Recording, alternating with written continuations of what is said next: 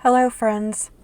So we're back with another chapter in the book, A Necessary Chaos. And this is chapter 7. The name of this chapter is Time. And you'll find this reference in the video, The Vision, at timestamp 6 minutes and 39 seconds. So let's get started.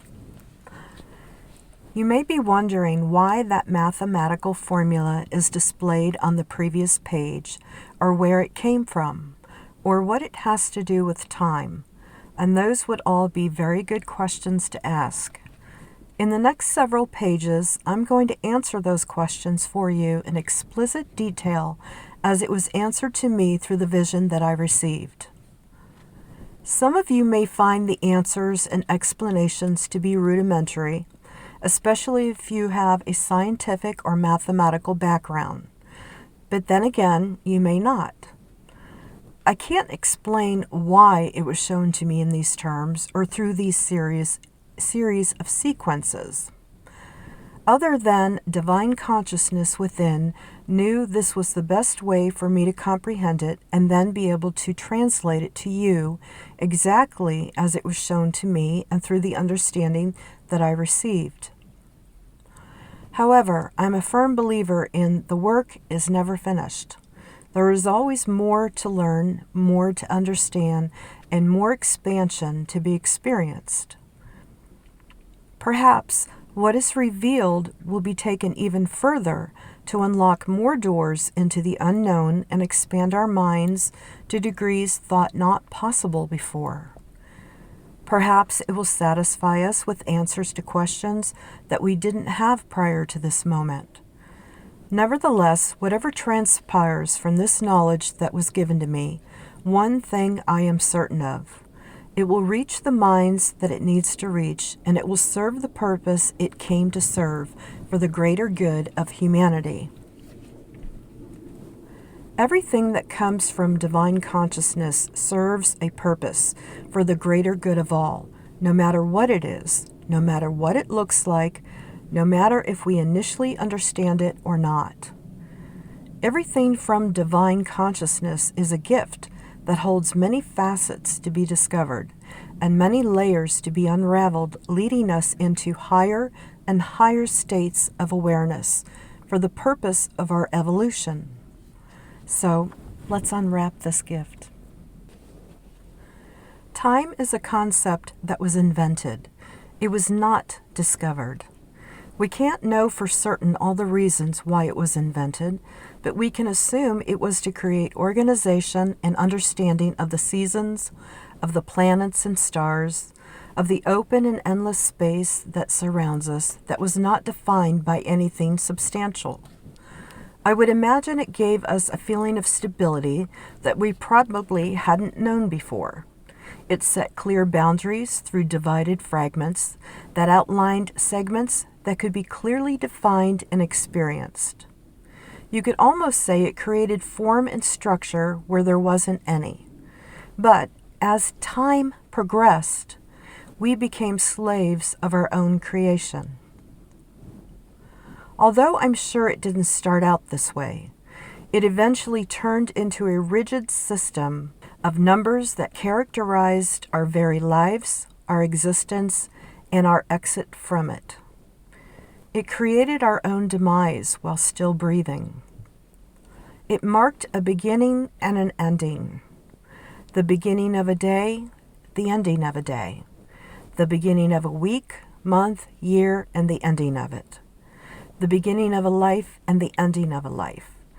Again, it created structure to define things that were not previously defined. Of course, this is how progress naturally occurs for humans, because human minds have an internal need for structure, even if it's in its most minuscule form. According to human minds, if it can't be backed by some sort of structural understanding, then it doesn't exist. But this is not how evolution occurs. In evolution, there is no beginning and no ending. In energy, there is no beginning and no ending.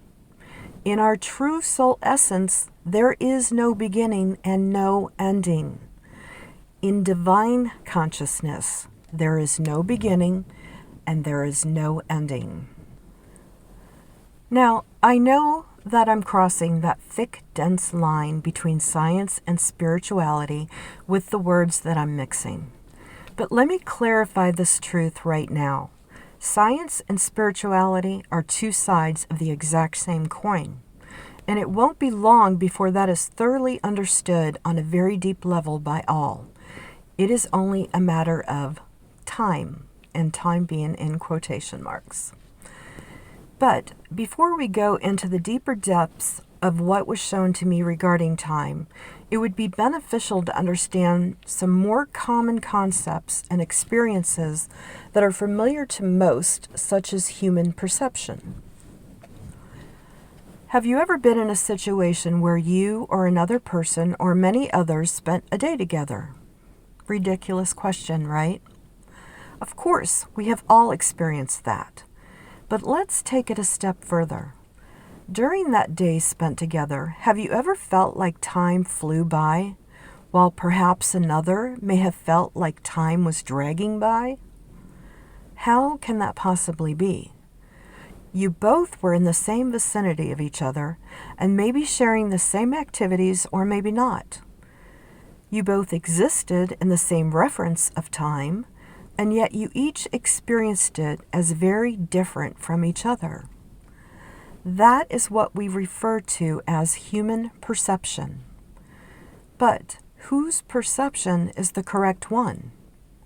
Whose perception can be relied upon as substantial evidence of how time occurred in that precise reference of calculated numbers that represented the experience that both participated in?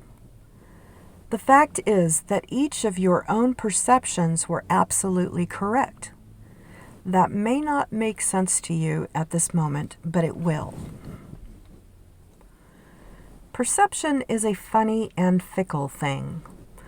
You can have a group of people watch a crime take place, and each one of them will have their own perception of what occurred, even down to what color clothing someone was wearing, what they looked like, what they did, and in what order of sequence of events developed.